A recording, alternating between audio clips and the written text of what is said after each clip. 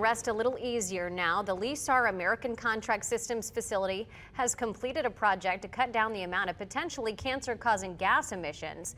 Every day for nearly a decade, the facility off Arc Way between Metro Parkway and Plantation Road released about 5 pounds of the dangerous gas into the air of the Fort Myers neighborhood.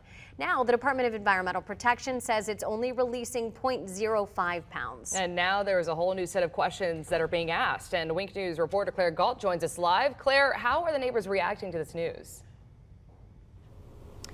Well, Nicole, with 3 words, not good enough. They are glad the Lee-Sar's American Contract Systems plan has put new safety controls in place, but they want to know about the damage already done to themselves and to their kids.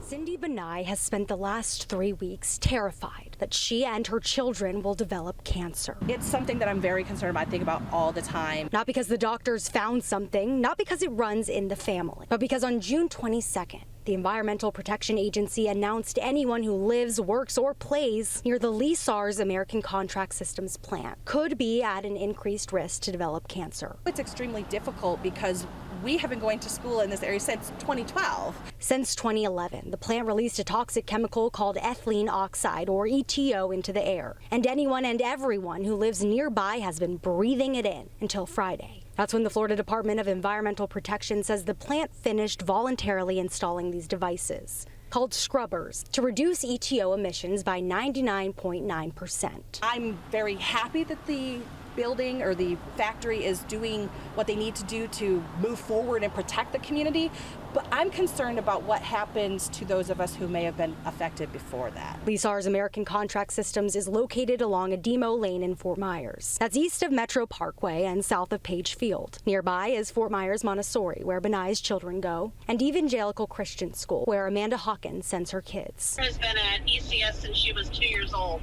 and she's almost 9. So, you know, she's been at ECS for 6, almost 7 years now. I worked at the Villas Elementary for 7 years myself. She goes to Coastal Elite Gymnastics, which is literally, I don't know, 4 or 5 buildings away. They're glad something, anything is being done, but they can't help but worry about how the past will affect their future. So what about us? What if we come down with cancer in the future? How will we be taken care of? And more importantly, that of their children. It has to be safe for our kids to go to school. Now, I asked the Centers for Disease Control what they are doing. How are they going to ensure that people are okay now and in the future? They told me they would have a response to me soon. I have not gotten that yet, but I will let you know when I do. Live in Fort Myers, Claire Galt, Wink News.